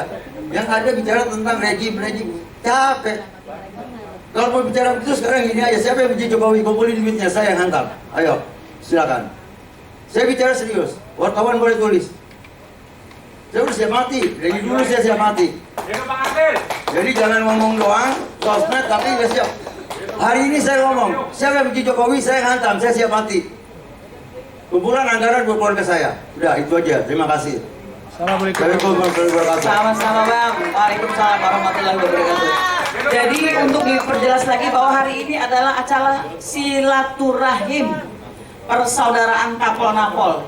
Jadi kalau untuk agenda dan lain sebagainya mungkin akan dijelaskan, Bang. Info-infonya bisa didapat di mana, Bu Nelly, tentang perkembangan ini? Ini kan masih silaturahim. Iya, makanya ini adalah acara silaturahim. Jadi bukan hanya acara silaturahmi. Sebenarnya ini ada proses menuju ke sana. Tetapi kan semua itu tidak langsung, ya kamu bebas. Itu ada prosesnya. Ini negara, bukan perusahaan perusahaan pribadi. Sekalian aja ditanggapin langsung ya. Ya, jadi mungkin untuk Bang Adnil ya. Proses ini bukan hanya baru 1-2 hari, tapi ini proses yang sudah agak lama. Dan pembicaraan kami dengan pihak pemerintah itu bukan cuma sekali, tetapi sangat berkelanjutan dan komunikatif. Terakhir itu saya sudah berbicara dengan, saya sudah WA Profesor Dasko, Bang Dasko yang saya panggil Bang Dasko, dan beliau sudah memberikan, tanpa saya harus merinci, saya sudah mengerti beliau ini hati seperti seorang Bang Dasko ini seperti apa, orangnya seperti apa, kinerjanya seperti apa, udah nggak usah diajarin, karena dia udah, kalau dia bilang merah putih itu tandanya ya merah putih gitu loh, dan dia tidak pernah ada yang namanya kata abu-abu, hitam putih putih. Apa kalau abu-abu, saya nggak kenal namanya Bang Dasko seperti itu. Jadi kita tunggu saja, karena ini butuh proses yang selalu, kan semua ada mekanismenya, melalui dari Kementerian Hukum dan HAM mungkin, dan data-data kita juga diaktualisasi lagi, ada revisi, mungkin ada yang salah pasalnya. Tapi yakinlah bahwa Bapak kita Presiden Prabowo Subianto akan memberikan apa yang kita sekarang ini kita adakan acara ini untuk memperkuat beliau, meyakinkan beliau untuk memberikan amnesti, abolisi dan rehabilitasi kepada semua Tapol-Napol 2014 sampai 2024. Percayalah, insya Allah. Sambung. Terima kasih ya Bung Adil ya. Jadi ini mungkin Bung Adil tadi baru datang ya.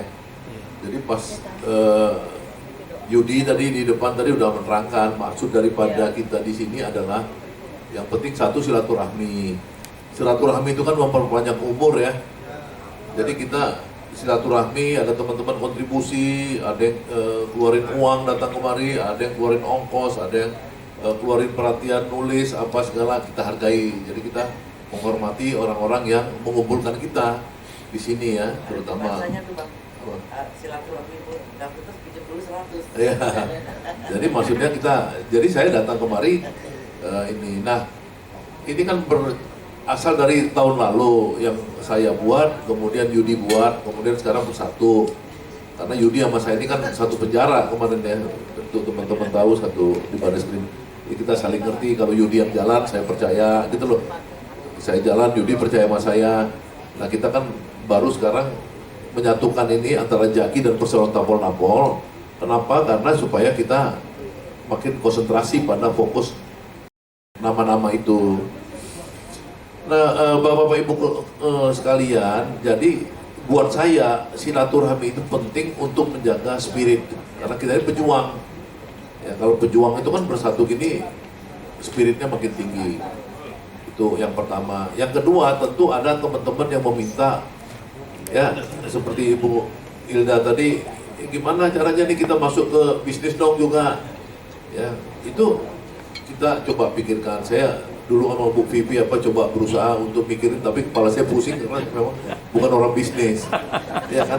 Nah mungkin di sini teman saya Anton orang bisnis, dia punya restoran Padang dan mie Bangladesh sudah banyak sekali, itu bisa pengusaha. Nah ini memang ada orang tipe-tipenya. Ya Hatta Taliwang senangnya catur, ya kan, nggak bisa dia disuruh selain organisasi catur kayak gitu, ya kan. Jadi ada macam-macam. Kalau Mas Eko unik lagi lain. Jadi kita tetap ingin memang what next, ya kan, itu ke depan sharingnya bisa apa. Kan kita ini kalau udah silaturahmi kan maka namanya jadi persaudaraan tolong menolong, ya kan. Kalau ada yang susah minta tolong kepada yang lebih mampu, ini kan juga bagus. Ya, apalagi teman-teman di sini banyak juga yang umurnya kayak kata Bang Taliwang ini perasaannya udah mau meninggal masih tersangka, ya kan? Ya kan, kita Al-Fatihah ya untuk teman-teman yang tersangka ya, udah meninggal. Ya, saya ingatkan tuh ada satu lagi Joko Edi Abdurrahman, ya itu 7 dia itu tersangkanya itu, 7 Joko Edi. 8 depan 7 Joko Edi Abdurrahman tersangkanya 7, ya udah meninggal, udah wafat. Dikubur di Bu Rahmawati, Joko Edi, Lius Sungkarisma, ya udah meninggal juga. Itu teman-teman kita doakan beliau-beliau. Jadi 2 itu, 1 kita silaturahmi, 2 what next. Nah yang ketiga yang penting itu yang harusnya jadi pertama, ya kita bekerja untuk menuntut hak kita supaya kita diamnesti, abolisi, dan rehabilitasi. Ya pekerjaan ini kelihatannya sederhana, tapi sebenarnya pekerjaan ini buat orang yang bekerja. Ya ada satu lagi Jainuddin Arsad harusnya hadir di sini. Ya itu mendetailkan. Jadi teman-teman Jaki terus Jainuddin Arsad mendetailkan itu capek loh. Mendetailkan itu, ya gitu loh. Kalau kita cuma ngasih gelondongan ke pemerintah, dia kan nggak ingat-ingat lagi kasusnya, kasus Firja Hussein apa coba. Anton baru nanya lagi tadi, ingatin waktu, ya makanya makar kan, tapi apalagi pemerintah kan dia pengen tahu. Makanya Jaki dan teman-teman membuat nama Hatta Taliwang, pasal berapa, kasus berapa, ya kan. Habib Rizik mungkin pasalnya ada 20, ya kan. Itu kan harus diteliti, kita cari, kita google, kita ini. Jadi ada 3 hal. Jadi buat Pak Adnil tadi, terima kasih kritiknya, tapi kita ini bukan saya atau Pak Yudi itu lebih hebat dari kalian. Enggak, saya juga nggak mau di depan, kalau mau digantiin silahkan. Ya, jadi kita bukan orang yang diminta pertanggungjawaban buat acara ini. Sekali lagi bukan. Saya sama Yudi, ya dan teman-teman tentunya yang mau sponsori acara ini berinisiatif membangun 3 hal tadi: silaturahmi, ya kemudian memikirkan masa depan kita, yang terus habis itu supaya kita dapat amnestinya, kita kejar, ya itu. Dan saya kan juga konsisten teman-teman untuk melihat saya dalam isu ini tetap menyuarakan, baik podcast ya. Kalau lihat podcast saya menyuarakan terus. Ini bagian upaya aja. Kalau Pak Prabowo kemudian belum, saya sabar, karena kan tidak gampang buat Pak Prabowo nendang pantat Jokowi keluar dari lingkaran kekuasaan dia. Dia kan orang Jawa, nggak kayak kita orang seberang. Kalau kita orang seberang, injak langsung tuh Jokowi mati gitu. Kalau presiden, ya dong. Kalau orang Jawa kan dia mesti apa? Ya gitu, pelan-pelan, alon-alon asal pelakon gitu kan.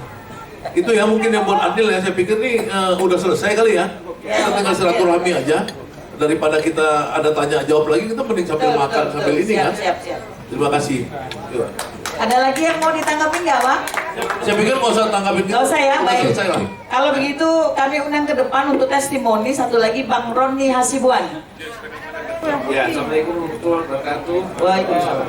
Ya, terima kasih atas ini diundangnya kami wakil dari 212 untuk testimoninya. Ya, waktu itu kami memang berada di 212 banyak melihat kejadian-kejadian yang sangat brutal.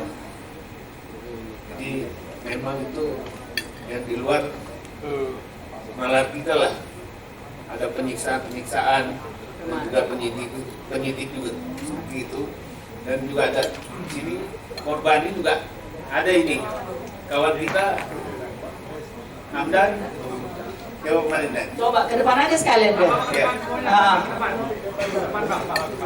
Coba ceritakan bagaimana kejadiannya. Biar dibikin. Kalau gitu naik panggung. Bang, naik panggung aja Bang, biar lebih kelihatan. Bang. Berdiri di belakang di panggung. Nah. Assalamualaikum warahmatullahi wabarakatuh. Merdeka! Perkenalkan, saya Hamdan Hilmi, korban tragedi berdarah 21-22 Mei tahun 2019 di Bawaslu. Di mana waktu itu saya mengalami babak belur, berdarah, mengalami jahitan, beberapa jahitan dan cambukan-cambukan berupa dari pentungan yang hitam dan songsong yang warnanya merah. Pelakunya siapa? Pelakunya Brimob. Itu penting itu. Itu yang penting. Itu saya jujur aja, pelakunya Brimob, di mana saya mengatakan takdir dihajar, takdir digetok, takdir dihabisin. Itu. Sidang, Pak, sidang. Saya diseret, dimasukin ke mobil, ditusuk-tusuk. Pakai tongkat itu. Waktu itu tak Brimob, tak tim penebalan menusuk-nusuk saya dari luar mobil. Pokoknya saya itu nggak ada rasa kasihan Bang Brimob ya Bang? tidak ada peri kemanusiaan. Pokoknya di waktu itu saya habis dihitung itu sama teman-teman saya itu punggung itu kurang lebih 37 bekas luka sayatan punggung. Di kepala saya depan, belakang semuanya habis. Pokoknya muka itu udah bonyok lah, bukan manusia, nggak ada peri kemanusiaannya waktu itu. Nah, alhamdulillah ketika saya mengalami istirahat di sebuah hotel yang katanya dingin berbintang 5 gitu.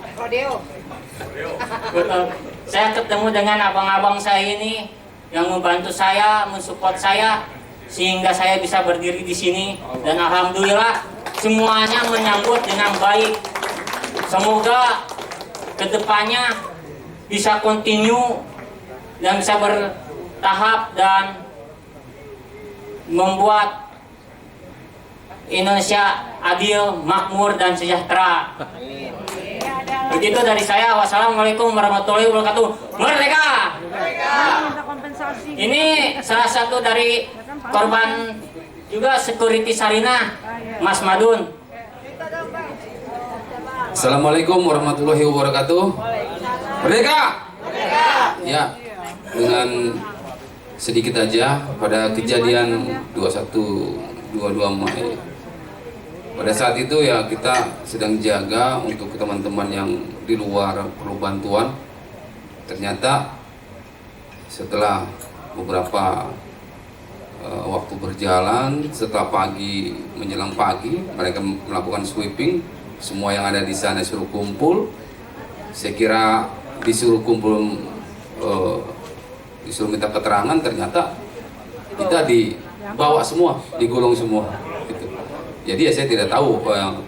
Saya itu sebenarnya menolong teman-teman yang kena gas air mata, mereka yang butuh pertolongan kita tolong. Karena pada saat itu memang ya pakai air putih biar mereka itu nggak terlalu kesakitan gitu.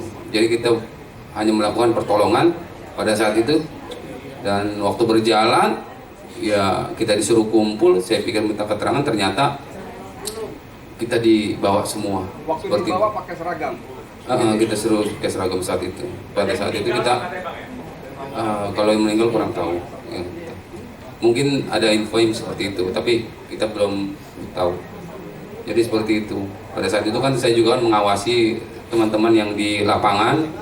Ternyata kita dikasih minta keterangan, ternyata bukan minta keterangan, ternyata kita bawa semua seperti itu. Langsung dijeblosin? Ya dibawa ke sana semua. Ya sama bertemu sama rekan-rekan ini nih, sama Bang Jack, Bang Ron, sama Bang Sapir, Bang Bibir ini semua. Ternyata mereka itu lebih parah daripada saya gitu. Jadi ya saya juga sebenarnya awalnya saya nggak kenal, sekarang alhamdulillah kita jadi saudara, dan ya mudah-mudahan dengan silaturahmi ini kita bisa memperkuat lagi, jangan sampai terpecah belah lagi seperti itu. Terima kasih. Ya. Hah? Dipecat nggak? 5 menit. Dipecat belum, tapi cuman hanya waktu berjalan kita setelah keluar kita kerja lagi. Gitu. Berapa lama di dalam? Kurang lebih 4 bulan 20 hari itu. 6 bulan kurang lebih. Ya seperti itu. Seperti itu. Ya kita dengan jalanin. Lupa Kak, ya. Lupa namanya kan udah. Senang ketemu kawan ya. Cuman kan pada saat itu kita dapat apa namanya? Dapat remisi gitu ya? Bukan, balik itu penangguhan. Setelah penangguhan sisanya balik lagi ya kita ngikut lagi, kayak gitu. Jadi ditahan lagi gitu ya? Ditahan lagi, kita wajib lapor. Harapannya apa harapan? Harapannya buat saya pribadi, semoga Jaki dan beserta tim dan teman-teman semua jangan bosan untuk menyuarakan yang terbaik buat bangsa Indonesia, dan teman-teman yang semua tetap dukung. Mudah-mudahan kita semua hak-hak kita bisa diupayakan dan bisa direalisasikan lah seperti itu. Ya terima kasih. Yang lain mungkin ada. Assalamualaikum warahmatullahi wabarakatuh. Mungkin Bang Jack nih yang lebih. Bismillahirrahmanirrahim. Assalamualaikum warahmatullahi wabarakatuh. Merdeka! Kalau ingat ya, pas nih di belakang kita ini nih di Bawaslu pada 21-22 Mei 2019. Pada waktu itu agendanya itu kita menyampaikan bukti-bukti kecurangan Pilpres 2019. Ya, pada waktu itu 20 hari puasa Ramadan. Yang kita udah waktu itu setting beberapa masjid mau tempat itikaf ya. Qadarullah ya di Polda Metro Jaya yang dapatnya. Ada 3 masjid yang dipilih, qadarullah ya itikafnya di Polda Metro Jaya gitu. Luar biasa waktu itu penangkapannya itu. Saya orang yang pertama ditangkap itu di antara rekan-rekan saya yang 26 pada tanggal 21 malam jam 9. Waktu itu kalau saya aslinya Medan, satu kampus sih sama Pak Bang Ganda itu. Raso, Horas, Tapanuli Tengah. Ya, jadi luar biasa waktu itu ya, kami penindasan yang dilakukan itu 26 rekan-rekan saya yang pertama sekali dimasukkan ke pos Bawaslu itu tuh, yang diinjak-injak apa yang kena aja, ada pakai helm anti huru hara itu langsung dibanting, darah muncar kemana-mana itu. Kalau melihat darah tuh di apa itu udah amis lah darahnya gitu ya, kekejamannya. Saya rasa juga ini di luar kebiasaan ya. Brimob ini kok beringas sekali, dia nggak ada rasa kemanusiaannya. Semuanya udah minta ampun, teriak Allahu Akbar, masih tetap aja digulung. Apa aja, mulai dari tongkat, helm anti huru hara itu digebukin terus, sampai bengkok-bengkok udah udah nggak muat, namanya berapa kali berapa aja di situ ya, ditumpuk 26 orang. Udah kayak apalah dibikin di situ ya. Iya, udah kayak ikan cuek. Semuanya udah ada yang nggak kelihatan matanya, ini bonyok ini, kepalanya pecah, ya. Ada yang diseret-seret, ada namanya Yusuf di situ ya. Ini punggungnya ini habis semua dikikis. Jadi 2 orang brimob itu kakinya satu-satu diseret itu pakai jalan kaki sampai berapa meter tuh, sampai terkelupas semua itu apanya, punggungnya. Sampai datang dia nggak bisa gini jalannya, nggak bisa gerak gitu, jadi mau kulitnya tumbuh lagi, jadi gini kayak mumi. Nah gitu. Saya di belakang kami tanggal 22 itu tambah sedih lagi ngelihatnya. Saya yang ngelihat aja nangis ngelihatnya. Saya nggak jarang nangis saya, tapi ngelihat teman-teman saya nggak separah itu, tapi ngelihatnya pada udah semuanya luka. Pokoknya nggak ada yang benar, kelihatan wajahnya itu udah babak belur semua. Itu brimob tuh pelakunya, brimob Nusantara. Kami diadili sampai tengah malam, mulai dari jam 4 sore sampai jam 2 malam sampai jam 3 malam itu. Ini sampai sahur di pengadilan itu. Padahal pengadilan ini pengadilan dagelan, nggak ada yang benar. 22 kali saya di sidang itu ya, bahwa saya divonis 4 bulan 25 hari ya. Saya ditahan udah 4 bulan 20 hari, malah ditanya sama hakimnya, lah mau banding terima atau pikir-pikir. Lah kalau ini dibanding nanti kalau masih ini penguasanya yang jolim, auzubillahi min dzalik, ya kan, lah kita tambah berat kapan berjuangnya lagi. Dalam hati aja terima, ya udah nanti saya demo lagi lu gitu kan. Aja ya, oke gitu aja ya untuk teman saya ya. Assalamualaikum warahmatullahi wabarakatuh. Nah ini Ya, 2 menit ya. 2 menit. Assalamualaikum warahmatullahi wabarakatuh. Perkenalkan, nama saya Ferdiansa. Kalau mau juga sampai mati ya. Kita ini korban 21-22 Mei. Pada tepatnya di tanggal 22 Mei itu saya tertangkap di jam 12 siang. Di jam 12 siang di daerah Gambir menuju Bawaslu. Dari situ saya pribadi ditangkap dari jam 12, penyiksaan yang luar biasa sampai saya ditelanjangi. Iya, saya dipukulin pakai namanya itu tongkat, dicemplungin di dalam kolom. Di dalam kolom itu kita kurang lebih ada sekitar 40 orang dengan kolom ikan yang kecil, ukurannya harus masuk semua. Di situ setiap orang yang kepalanya nongol dari air itu dipukulin. Itu termasuk saya. Jadi kita mau nggak mau harus nyelam. Kalau kita kepala kita nongol, dipukul. Ya, itu di jam 12 siang itu. Di jam 12 siang. Sampai jam 3 kami disiksa dengan luar biasa. Saya pribadi dilakban, diikat, digebugin, diinjak-injak sama dia sampai mata kaki sampai leher saya ini biru semua. Nggak ada namanya ini nyampe muka ya, biru semua. Bonyok dan hancur lah. Ditambah lagi kita masuk dalam Polda.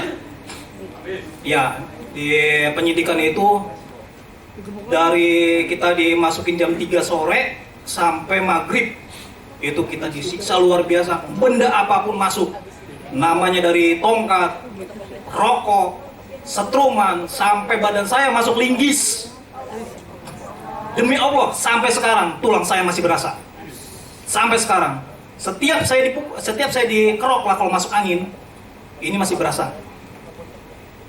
Itu sampai maghrib kita disiksa. Selesai maghrib kita dikasih makan, disiksa lagi. Dan satu yang paling saya ingat, kamu saya gebukin nggak mati-mati. Gondrong, kamu saya gebukin nggak mati-mati. Di situ saya disiksa sampai tidak bisa berdiri. Kita dikasih makan, selesai dikasih makan, digebukin lagi sampai muntah lagi. Dan paling saya sedih nih, Sampai merinding saya nih. Iya, saya dipaksa untuk mengakui bahwa dalang ini Prabowo. Ya, kamu teriak Prabowo. Kalau nggak teriak, kamu tanggung sendiri resikonya. Akhirnya saya teriak Prabowo dengan kekuatan yang udah nggak ada lah. Saya teriak, bagi mereka belum, dikebukin lagi. Akhirnya kurang lebih 4 kali saya teriak, baru hidup Prabowo gitu kan, hidup Prabowo, baru dia. Oh, hidup Prabowo. Ya, hidup Prabowo. Tapi dia dengan catatan ya, kamu bela Prabowo, emang Prabowo kasih makan apa buat kamu?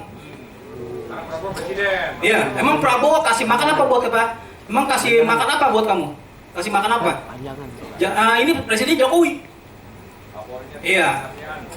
Kamu seharusnya hidup Jokowi, bukan Prabowo. Tito ya, Tito ya. Tito. Kapolanya Tito. Ya, betul. Nah, dari habis maghrib itu masih disiksa sampai jam 10 malam. Jam 10 malam, jam 9 lah kalau nggak salah, jam 9 saya terakhir nggak bisa berdiri sama sekali. Karena saya hantam tulang ekor saya ini sampai nggak bisa berdiri. Terakhir saya itu dibawa pakai kursi roda. Kursi roda. Ya, sampai muka ini udah tidak berbentuk apapun. Makanya kawan-kawan 21 di rumah ini hampir rata-rata mukanya tidak berbentuk. Semua, entah itu kepala bocor, entah itu badan yang contoh kayak abang ini, bonyok, bocor-bocor, badan juga hancur, kulit melupas. Semua kami lebih dibuat seperti binatang dan maling, seperti lebih kejam, itu lebih parah dari mereka. Padahal kami ini bukan koruptor, bukan maling, bukan teroris, tapi kenapa kami dibuat seperti itu? Gimana rasanya? Aku tidak kuat lagi, jujur, untuk mengingat momen itu, karena bagi kami itu yang tidak manusiawi. Jujur, secara ekonomi hancur. Semua rata-rata ada yang namanya dicerai istri, dipecat dari kerjaannya. Pribadi ada sampai sekarang. Makanya kawan-kawan yang kita hubungin ada yang seperti ketakutan, takutnya diapa-apain lagi atau apa. Kita ini berjuang sekarang zaman Presiden Prabowo. Baik, benar. Saya jujur sudah. Ini akan jadi masukan untuk Jaki, betul. Mas Yudi, saya udah nggak kuat jujur. Ya, paling saya akhiri. Wassalamualaikum warahmatullahi wabarakatuh. Waalaikumsalam warahmatullahi wabarakatuh. Terima kasih banyak Abang Awang. Silakan kembali ke tempat. Kami undang ke depan Ibu Ina Yuniati. Ini dia nih. Iya, silakan. Ini dia. Oh gitu. Hah? Oh betul. Bismillah. Assalamualaikum warahmatullahi wabarakatuh. Saya cuma menambahkan aja, kalau testimoni semuanya sudah disampaikan oleh kawan-kawan kita, saya hanya menyampaikan terima kasih saja. Di sini semuanya kawan-kawan samalah, sama-sama tahanan politik, napol-napol. Terima kasih untuk kehadirannya. Saya hanya menyampaikan terima kasih kepada Jaki yang sudah menerima saya dalam perjalanan tapol-napol ini. Juga Pak Eko selaku inisiator. Inisiator juga ada Bang Syahganda, ada Bang Junghur yang selama ini mensupport. Terutama yang mensupport saya ini adalah Jaki. Bagaimana tapol-napol ini berjalan sampai titik sekarang. Itu adalah saya datang kepada Jaki. Waktu itu saya sendirian. Di saat saya sedang hot-hotnya mendata, saya itu ditinggalkan sendirian. Saya jalan sendirian. Sampai sekarang di sini keluarga kami sekarang ini datang. Jadi saya ucapkan kepada inisiator-inisiator saya yang mendukung selama ini, ada Bang Syahganda, ada Pak Eko nomor 1. Pak Eko sangat tahu sekali perjalanan saya bagaimana untuk mengumpulkan tapol-napol ini, perjalanan tapol-napol. Kedua adalah Jaki, ketiga adalah Pak Kiflan Jen, dan yang ketiga juga ada Abang Ita, Abang Hatta Kaliwang. Ini juga mensupport saya perjalanan ini sampai di sini. Tapi saya tidak putus asa, walaupun saya sendiri. Ada Kak Nelly, ada Bang Yudi, yang selama ini sampai titik sekarang saya disupport. Tentang apapun juga disupport. Jadi kalau saya bilang, kakak saya mau teriak nih gitu kan, itu Kak Nelly itu udah langsung tuh ya, udah berasap ya, apa namanya, kepalanya. Gara-gara kamu dek, kamu teriak mulu katanya. Sudah ini kepala ini sudah berasap, dia bilang begitu. Kemarin pun begitu. Kakak, harga diri tapol-napol kemana? Saya bilang gitu kan.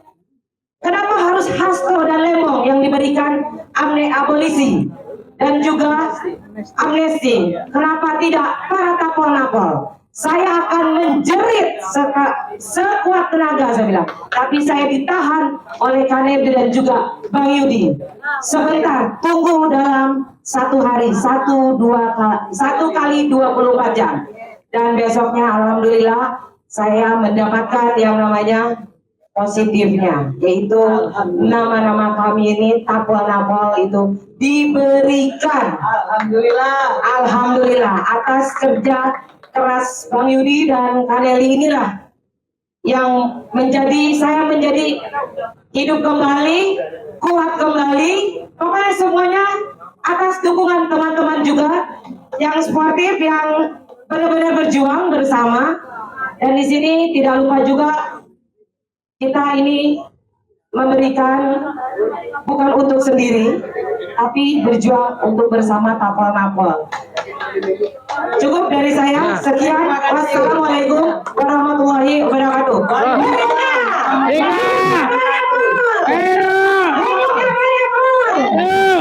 Rehabilitasi berjalan, insya Allah rehabilitasi kita menang. Amin. Itu dari intinya ya. Assalamualaikum warahmatullahi wabarakatuh. Waalaikumsalam.